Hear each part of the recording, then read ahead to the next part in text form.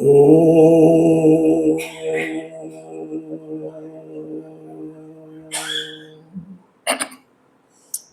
त्वमिना पिता वसो त्वं माता शतक्रतो बभूवित्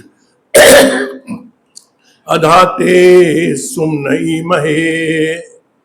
ओम तद्विष्णु परमं पदम सदा पश्यन्ति सूर्या दिवीव चक्षुराततम्।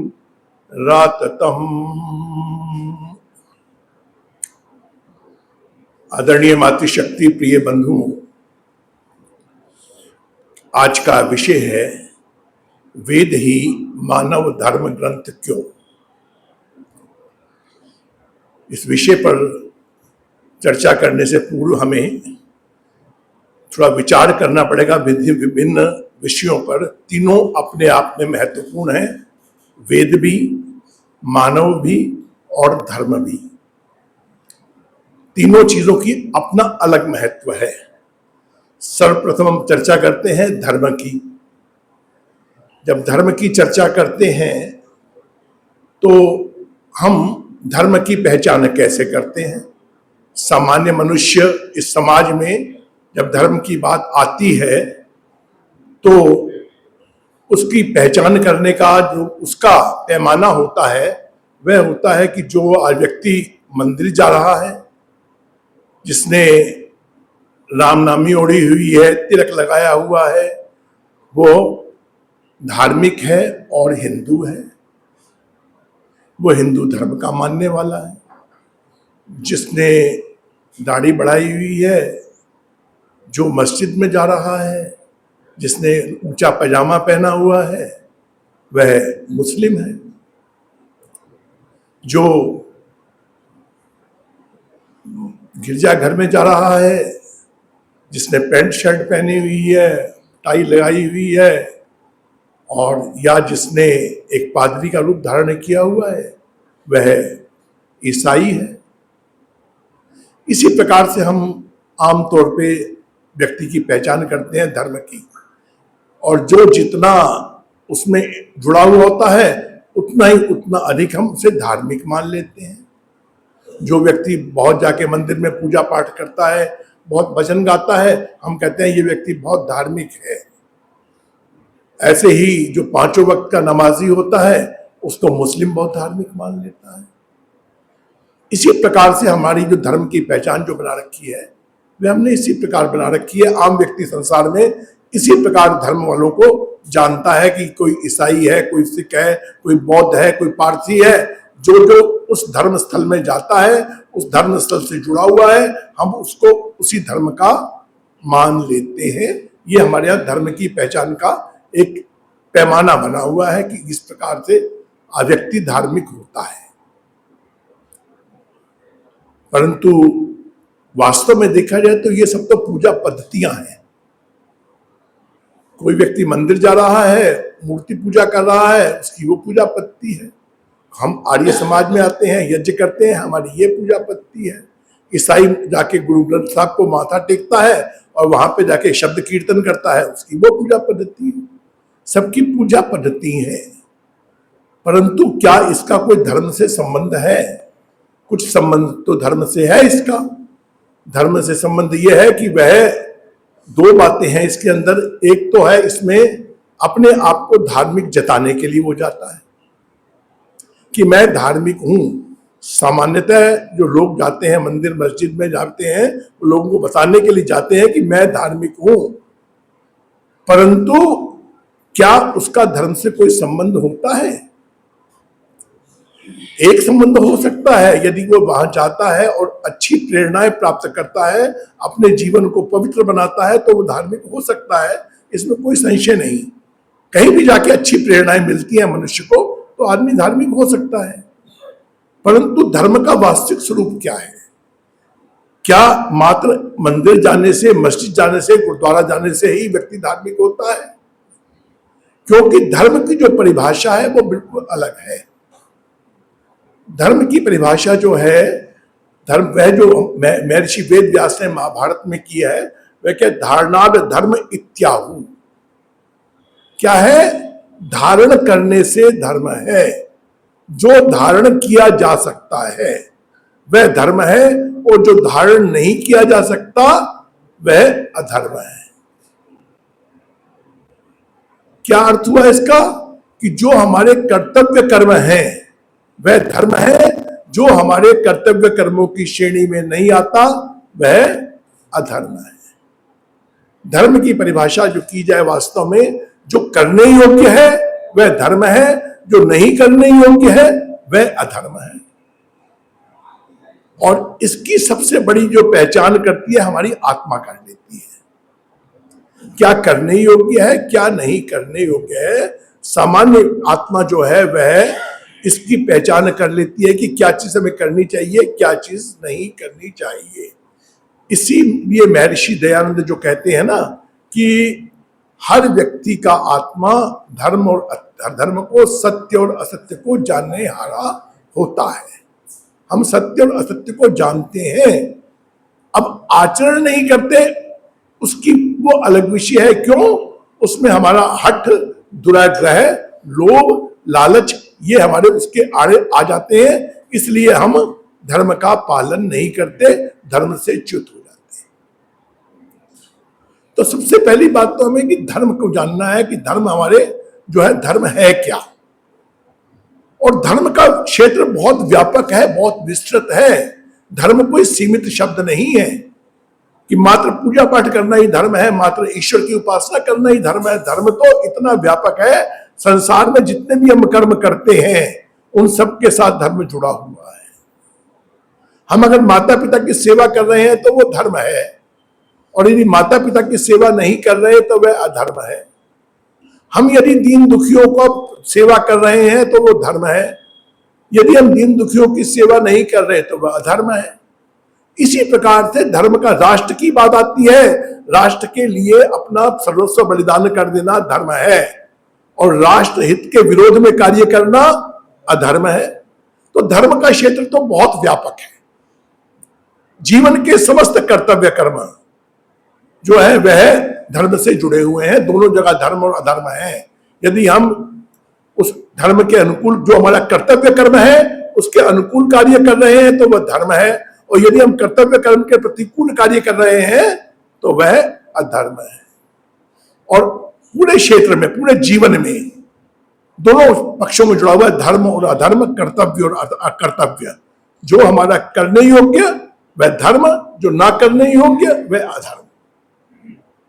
धर्म की व्याख्या जब हम करेंगे तो धर्म की व्याख्या ये। अब उसके पश्चात आ जाता है वेद। वेद क्या है? हम लोगों ने कहते हैं कि हमारा धर्म जो है, हम लोग आर्य समाज के लोग, हमारे यहाँ तो जो आम व्यक्ति है जब उससे पूछेंगे तो उससे पूछेंगे हमारी धर्म की पुस्तक कौन सी है, तो कोई कहेगा रामचरितमानस है, कोई कहेगा गीता है, कोई किसी अपने ग्रंथ, कोई गुरु ग्रंथ साहब को बताएगा। सब अपने अपने ग्रंथों को मानते हैं कि ये हमारे धर्म ग्रंथ हैं, परंतु वास्तव में बताएं तो वह सब धार्मिक ग्रंथ हैं, धर्म ग्रंथ नहीं है। धार्मिक ग्रंथ होने में और धर्म ग्रंथ होने में अंतर है। धार्मिक ग्रंथ वह है जो कि धर्म से संबंधित ग्रंथ है, जिनमें धर्म के बारे में जानकारी दी गई है कि धर्म हमें धार्मिक होना चाहिए।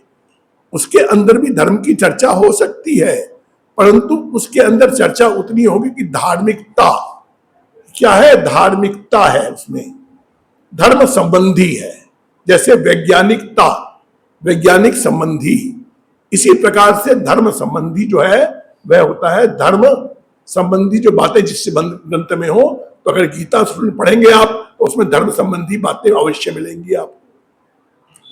अगर आप गुरु ग्रंथ साहब पढ़ेंगे तो उसमें धर्म संबंधी बातें अवश्य मिलेंगी। अगर आप रामचरितमानस पढ़ेंगे तो उसमें भी धर्म ग्रंथित, इवन चाहे बाइबल पढ़ेंगे उसमें भी धर्म ग्रंथित बातें मिलेंगी, ऐसी बात नहीं है उसमें मिलेंगी। आप कुरान पढ़ेंगे उसके अंदर भी धर्म संबंधित बातें मिलेंगी, परंतु मूल धर्म ग्रंथ जो है जहां से ये सब विस्तृत हुआ है, जिस पर गंगोत्री से गंगा निकलती है और आगे चलती रहती है, परंतु उसमें आसपास के बहुत सारे नदी नाले जुड़ जाते हैं, इसलिए उसमें कुछ ना कुछ अपवित्रता आती चली जाती है। उसी प्रकार से जो वेद मूल ग्रंथ है, जो धर्म, जिसको हम कह सकते हैं धर्म ग्रंथ है। वेद क्या है? वेद हमारा धर्म ग्रंथ है। क्यों? उसमें हमारे कर्तव्य और अकर्तव्य की चर्चा है। वेद क्या है? हमारे जीवन की आचार संहिता है। हमें जीवन में क्या करना चाहिए और क्या नहीं करने चाहिए, इसके बारे में जो हमें चर्चा करता है वह वेद करता है। वेद में चर्चा ही होगी। वेद का क्या है? वेद में खाली यह है निषिद्ध कर्म क्या नहीं करना चाहिए और जो कृत्य कर्म, जो कर्म हमें करने चाहिए, उन दो का वर्णन है वेद में। अच्छा, जब विचार करेंगे तो कृत्य कर्म जो है, क्या खाली हिंदू के लिए वह कृत्य कर्म है? क्या मुस्लिम के लिए वह कृत्य कर्म नहीं है? क्या ईसाई के लिए वह कृत्य कर्म नहीं है? क्या बौद्ध के लिए वह कृत्य कर्म नहीं है?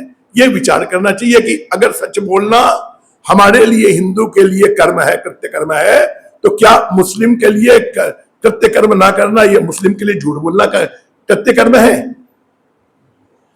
समस्त मानव जाति के लिए जितने भी करने योग्य कर्म हैं वह सब एक हैं, चाहे किसी भी जाति में हो। मानव जाति के लिए, समस्त के लिए कृत्य कर्म एक हैं। इसलिए धर्म ग्रंथ क्या है? वेद है। अब वेद क्या है? वेद की बात जाती है। वेद कहते हैं विद धातु से बनता है। विद, जिसके चार अर्थ होते हैं, आप लोग सुनते रहते हैं विद्वानों से। विद सत्तायाम, जिसकी सत्ता सदैव रहती है, जो कभी नष्ट नहीं होता। परमात्मा सदैव रहता है, परमात्मा कभी नष्ट नहीं होता। जब परमात्मा सदैव रहता है, परमात्मा जो है हर काल में सार्वकालिक है, सार्वदेशिक है, सार्वभौमिक है, तो उसका ज्ञान भी कैसा है? सार्वकालिक, सार्वदेशिक और सार्वभौमिक ज्ञान है। वह ज्ञान भी कभी नष्ट नहीं होता। इसलिए कहते हैं वेद की सत्ता सदैव रहती है, क्योंकि परमात्मा की सत्ता सदैव रहती है। वेद क्या है? वेद की सत्ता है। वेद क्या है? ज्ञान है। वेद ज्ञान है। ज्ञान कैसा है? जिससे हमें लाभ प्राप्त होता है। विद लाभे, जिससे हमें लाभ ही लाभ प्राप्त होता है। उस ज्ञान से, जिस ज्ञान से हमें लाभ प्राप्त होता है, वह ज्ञान क्या है? वेद है। वेद की सत्ता है, वेद का ज्ञान है, वेद का लाभ है। और विद विचारणे, जो हमें विचार प्रदान करता है। हमें मानव के लिए क्या है? मानव की जब परिभाषा करते हैं मनुष्य की, तो मनुष्य की परिभाषा जब की जाती है तो उसकी परिभाषा है मनांसी कर्माणि सिद्ध्यति। जो मनन पूर्वक कार्य को करता है वह मनुष्य है। विचार करने की शक्ति परमात्मा ने किसको दी है? मनुष्य को दी है। और विचार करने की शक्ति दी है तो परमात्मा ने हमें विचार भी दिया है। और वह विचार क्या है? वह विचार वेद है। उस वेद का विचार करके हमें जीवन में अपने कर्मों को करने का प्रयास करना चाहिए। तो जब वेद की बात आती है, और वेद क्या है? परमात्मा के द्वारा सृष्टि के आरंभ में दिया हुआ ज्ञान। वह परमात्मा ने ज्ञान क्यों दिया? क्योंकि यदि परमात्मा हमें हमारे कर्तव्य अकर्तव्य का बोध नहीं कराता, तो उस अवस्था में यदि हम कुछ भी कर्म करते, उसमें हम न्याय अन्याय का चिंतन नहीं कर सकते थे। हम पे धर्म अधर्म का दोष नहीं आ सकता था, क्योंकि जब हमें जानकारी ही नहीं है कि क्या धर्म है क्या अधर्म है, तो हम पे दोष कैसे आएगा? सही किया या गलत किया, इसका दोष हम पे कैसे लगेगा जब हमें ज्ञात ही नहीं कि सही क्या है और गलत क्या है? तो परमात्मा ने क्या किया? परमात्मा ने हमें वो ज्ञान दिया जिसके द्वारा हमें सही और गलत का निर्णय कर सके, हम उचित और अनुचित का निर्णय कर सके। उस निर्णय करने की जो क्षमता प्रदान की, वो परमात्मा ने वेद के माध्यम से हमें प्रदान की। और उस वेद का ज्ञान को प्राप्त करके हम निर्णय कर लेते हैं कि ये चीज उचित है, ये अनुचित है, ये हमें कार्य करना चाहिए, ये कार्य नहीं करना चाहिए। वेद में यही चीजें हैं कि हमें क्या करना है और क्या नहीं करना है। वेद हमें मार्ग दिखाता है। वेद आचार संहिता है हमारे जीवन की कि हमारा आचार कैसा होना चाहिए, क्योंकि कहा गया आचार परमो धर्म, आचार ही हमारा धर्म है। हमारा आचरण कैसा है, हमारे निर्णय कैसे होगा धर्म का कि हम धार्मिक हैं, हमारे आचरण से ही निर्णय होगा। क्योंकि सत्यम वद धर्मम चर, धर्म क्या है, धर्म आचरण का विषय है। यदि हमने आचरण में अपने धर्म नहीं लाए तो हम धार्मिक नहीं कहला सकते। जब तक हमारा आचरण वेद के अनुकूल नहीं होगा हम धार्मिक नहीं कहला सकते। इसलिए वेद परमात्मा ने हमें दिया। वेद का ज्ञान किस लिए दिया कि हम निर्णय कर सके कि हमारे जीवन को हमें किस प्रकार चलाना है। अब हमें यह भी ज्ञात हो गया कि वेद क्या है, हमें यह भी ज्ञात हो गया कि धर्म क्या है, हमें यह भी ज्ञात हो गया कि मानव कौन है। क्योंकि क्यों, जो विचार करके कार्य करता है। देखो पशु पक्षी अन्य जितनी भी योनियां है वह सब क्या है, सब भोग योनियां हैं। उन्हें कर्म करने का अधिकार ही नहीं है। कर्म करने का अधिकार किसको है, केवल मनुष्य को है। केवल मनुष्य ही विचार करके कर्म कर सकता है और किसी भी योनि में कोई भी प्राणी कर्म नहीं कर सकता। वह केवल भोग योनि है। एक मनुष्य योनि ही ऐसी योनि है जिसमें मनुष्य कर्म भी करता है और भोग भी करता है। अपने किए हुए कर्मों का भुगतान भी करता है और नए कर्मों का निष्पादन भी करता है। अब जब परमात्मा ने हमें यह ज्ञान दे दिया, परंतु परमात्मा की हम सब क्या है, संतान है। चाहे कोई अमेरिका में पैदा हुआ है, चाहे कोई यूरोप में पैदा हुआ है, चाहे कोई भारत में पैदा हुआ, जितने मानव है वह सब परमात्मा के ही ईश्वर पुत्र है, सब परमात्मा के ही संतान है। परमात्मा के लिए कोई भेद नहीं है।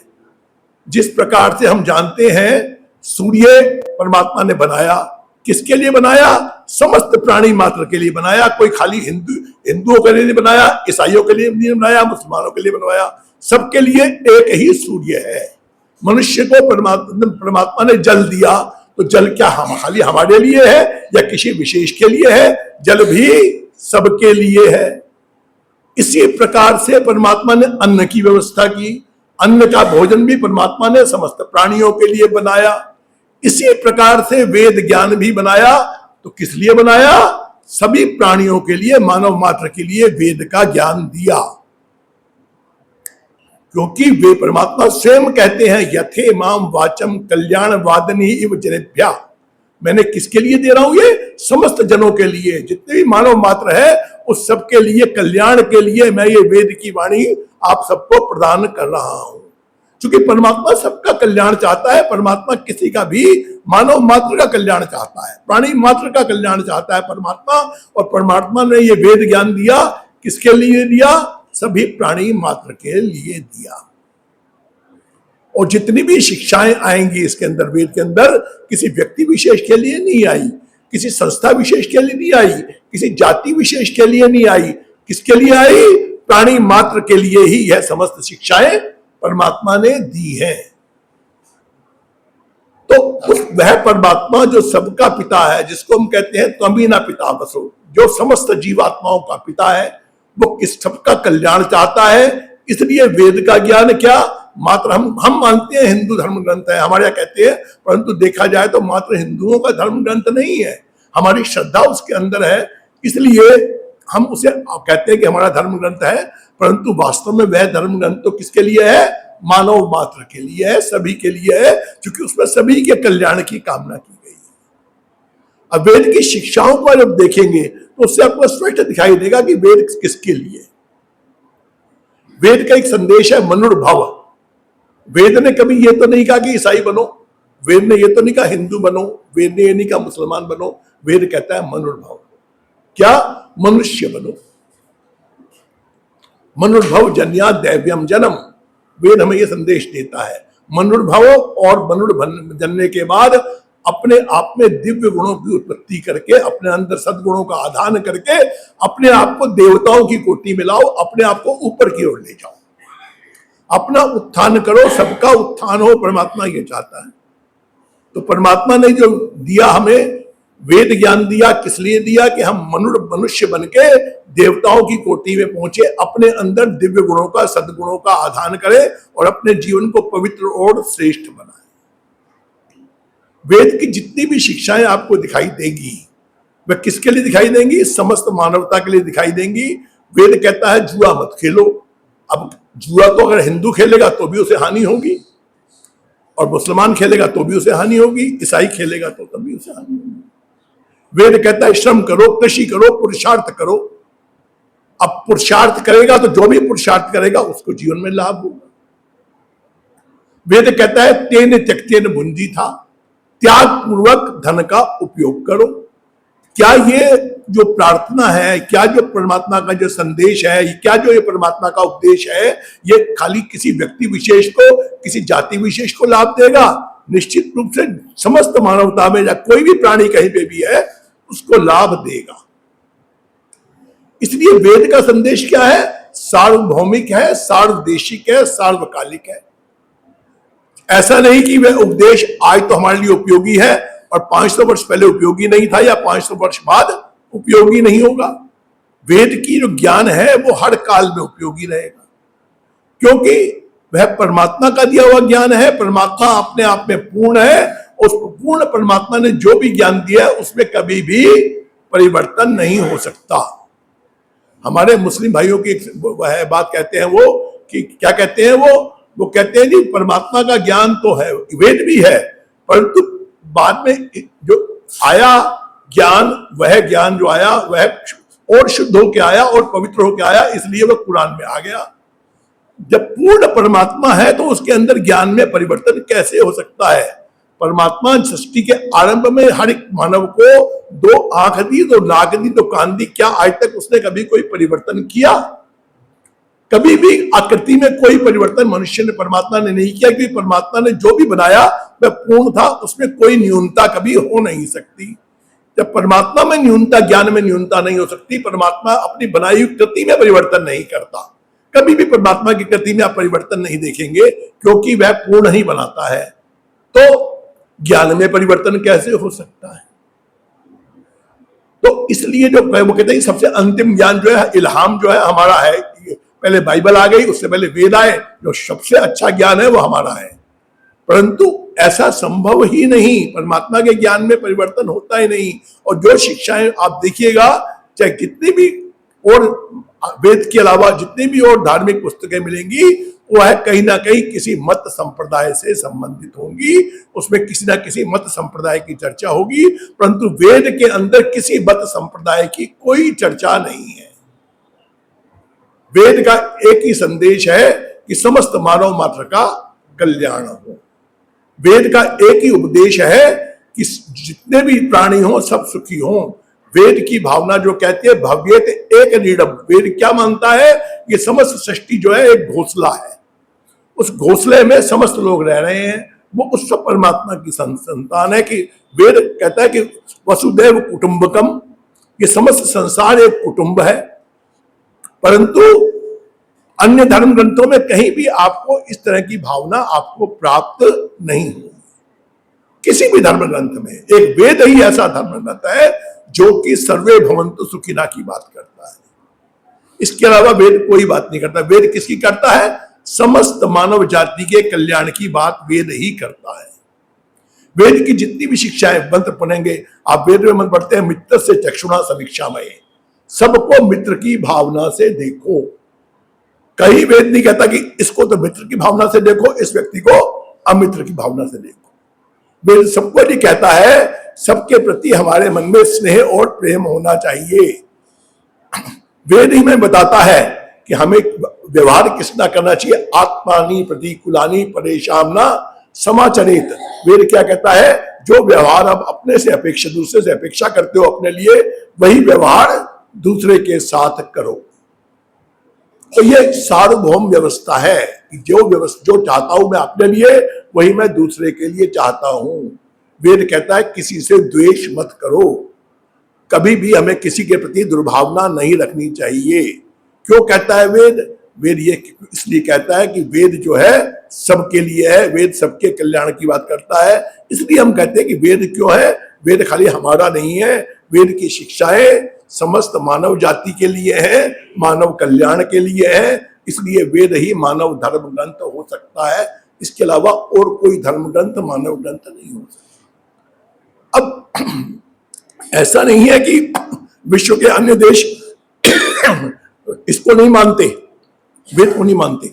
वेद को मानने वाले जितने भी धर्म ग्रंथ विश्व है, समस्त संसार में, चाहे वेद के नाम से परिचित ना हो, परंतु वेद की शिक्षाओं को वहां भी माना जाता है। कोई नहीं कोई कहता कि आप जो है किसी से ईमानदारी का व्यवहार ना करो। आपको बताऊं कि हो सकता है हमारे देश से अधिक ईमानदारी का व्यवहार यूरोप में होता हो, हमारे से अधिक पुरुषार्थी जो हैं जापान के लोग हों। क्यों? कि उन्होंने उन शिक्षाओं को, तो वेद की शिक्षा बेसिकली तो सबके लिए थी, और धर्म ग्रंथों में भी वह गई। ऐसा तो नहीं है कि और धर्म ग्रंथों में नहीं है, वहां से उन्होंने वो प्राप्त किया और उन्होंने उसके अनुसार जीवन में आचरण किया। जितना जितना उन्होंने उसके अनुकूल आचरण किया, उतना उतना उनका जीवन पवित्र हुआ, उतना उतना उसका उन्हें लाभ हुआ। हमने मात्र बातें ही बातें की, वेद को अपना धर्म ग्रंथ माना, वेद को आदरणीय माना। हमने क्या किया, वेद को लिया हमारे यहाँ और वेद को एक बहुत सुंदर लाल कपड़े में महफूज में रखा और एक तरफ रख दिया। क्या है जी, ये हमारा धर्म ग्रंथ है, ये बड़ा पवित्र है। हमने ये नहीं जाना कि उसके अंदर, वेद के अंदर लिखा क्या है, वेद की शिक्षाएं क्या है, वेद का ज्ञान क्या है। और जिसने उस वेद ज्ञान को पढ़ा, उस वेद ज्ञान के अनुकूल आचरण किया, उतना उतना उसको लाभ प्राप्त हुआ। क्योंकि वेद तो लाभ देता ही देता है, ज्ञान तो लाभ देता ही देता है। जब जितना भी ज्ञान को अपने जीवन में धारण करोगे, उतना उतना जीवन में हमें लाभ प्राप्त होगा। परंतु हमने उस वेद ज्ञान को सीमित कर दिया मात्र पुस्तक के रूप में कि पुस्तक बड़ी पवित्र है जी, बड़ी अच्छी पुस्तक है, हमारा धर्म ग्रंथ है। हमने हाथ जोड़े, दीपक जलाया और इसके बाद अपने कर्तव्य की इतिश्री कर ली। परंतु जिन लोगों ने उस वेद की शिक्षाओं को अपने जीवन में धारण किया, उनको लाभ प्राप्त हुआ। वेद में सब कुछ है, वेद में विज्ञान है, वेद में पराविद्या भी है, अपराविद्या भी है, भौतिक उन्नति के साधन भी है, आध्यात्मिक उन्नति के साधन भी है। वेद के अंदर हर चीज का मार्गदर्शन है, हमें प्राप्त हुआ और सबको प्राप्त हुआ। चाहे वो वेद का नाम ना जानते हो, परंतु उस वेद की शिक्षाओं को उन्होंने धारण तो किया। उन्होंने जीवन में पुरुषार्थ, कुर्वन्ने कर्माणि जिजुषितम शता, हम रोज मंत्र पढ़ते हैं कि 100 वर्ष तक कर्म करने की इच्छा करो। अब जापान में जाके देखेंगे, कोरिया में जाके देखें तो वहां 24-24 घंटे लोग काम करते हैं। वो लोग हड़ताल करते हैं, तो हड़ताल भी जब तब करते हैं तो उसमें क्या करते हैं, अपना उत्पादन बढ़ा देते हैं। वो छुट्टी नहीं करते, धरना नहीं देते, वो कहते हैं कि उत्पादन बढ़ा दो। उत्पादन बढ़ाने से क्या होता है, उस माल की खपत करना मुश्किल हो जाता है। उस माल, जितनी माल की प्रोडक्शन हो रही है, उस माल की प्रोडक्शन आपने और बढ़ा दी। बढ़ाने के बाद अब जो बनाने वाला है, जिसके यहाँ काम कर रहे हैं, उसके लिए समस्या हुई कि इस माल को खपाऊंगा कहां। तो उनके करने का ढंग और होता है, वो पुरुषार्थ से नहीं डरते, वो कर्म करने से नहीं डरते, अपने कर्तव्य कर्मों को भली प्रकार जानते हैं कि किसको क्या करना है। वो अपने, कभी भी उनके मन में भावना नहीं आती कनाडा में या अमेरिका में कि मुझे कोई कर चोरी करनी है। उनके सिस्टम बना हुआ है, व्यवस्था बनी हुई है, वो सोचते ही नहीं है कि हमें कोई कर चोरी करनी है, उनको उस हिसाब से करना है। हमारे यहाँ रास्ते ढूंढते हैं कि किस प्रकार से हम बचे। तो इसलिए जो समाज के लोग, जो मनुष्य प्राणी, जो प्राणी, जो मानव वेद की शिक्षाओं के अनुकूल अपने जीवन को धारण करता है, वो आगे उन्नति करता है। जो वेद के प्रतिकूल चलता है, वह हानि उठाता है। तो वेद जो है, वेद को हमें यह ध्यान मानना चाहिए कि वेद जो है सबके कल्याण के लिए है।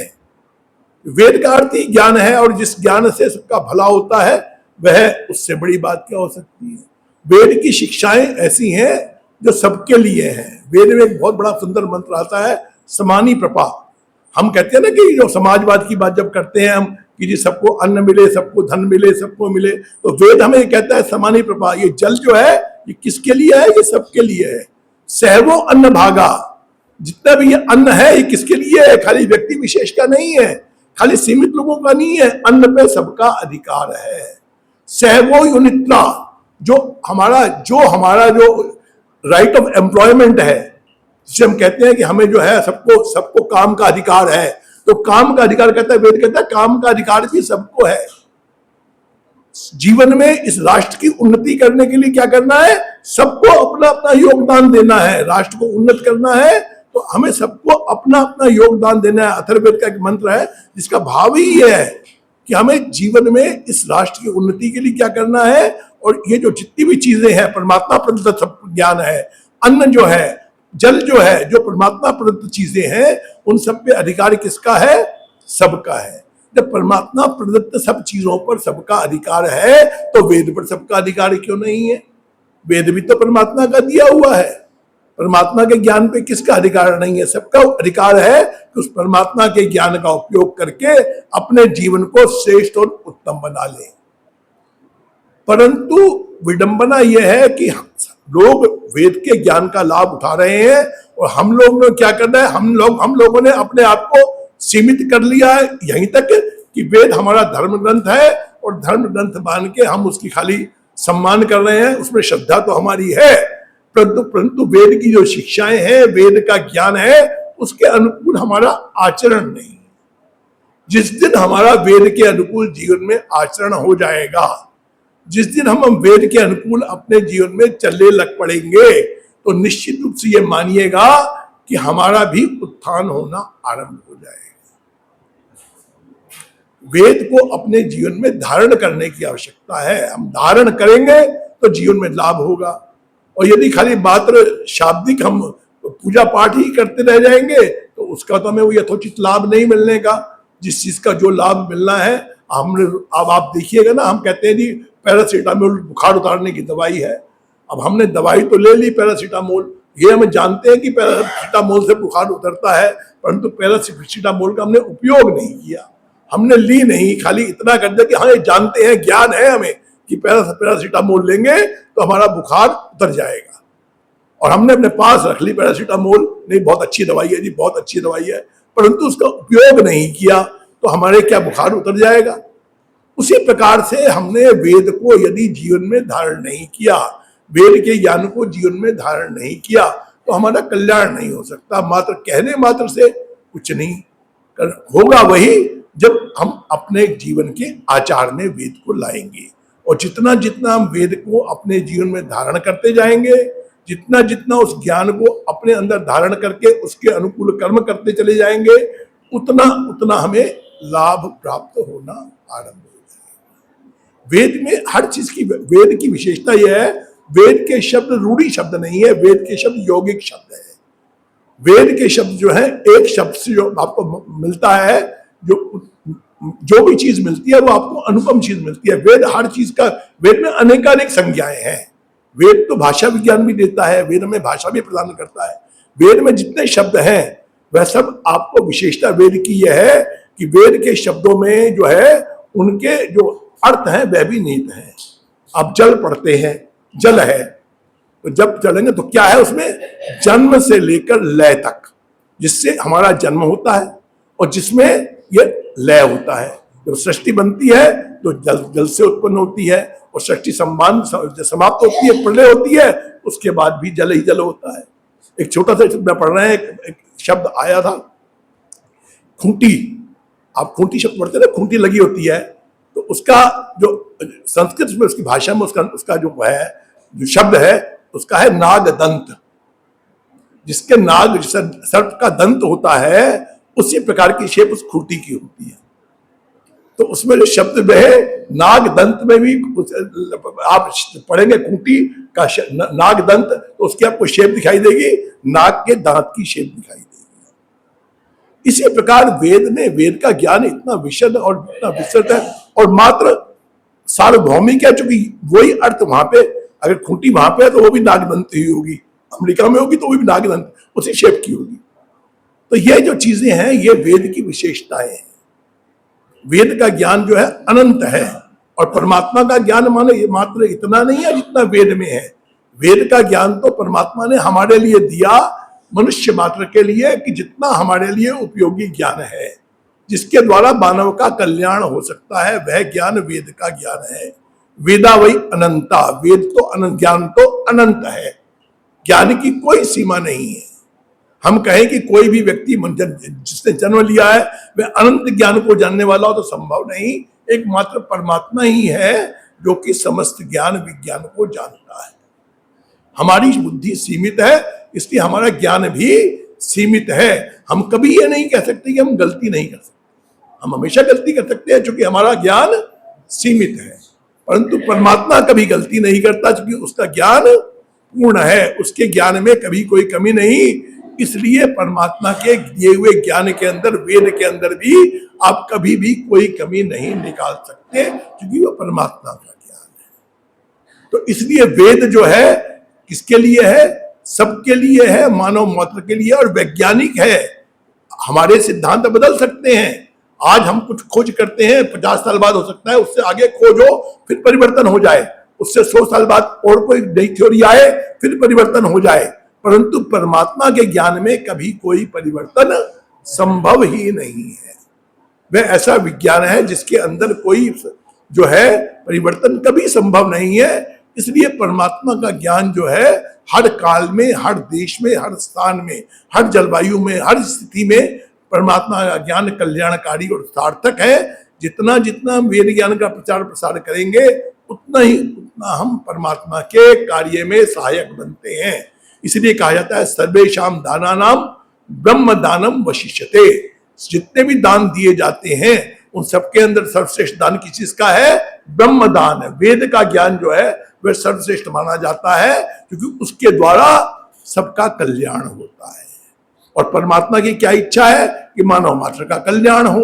अगर हम परमात्मा की इच्छा के साथ अपनी इच्छा मिला देते हैं, परमात्मा के कार्य में सहायक बनते हैं, तो हम भी परमात्मा की कृपा के भागी बनते हैं। इसलिए हम सबको भी वेद ज्ञान के प्रचार प्रसार में अपना सहयोग देना चाहिए, जिससे कि जन जन तक वेद का ज्ञान पहुंचे और मानव मात्र का कल्याण हो। ओम शांति।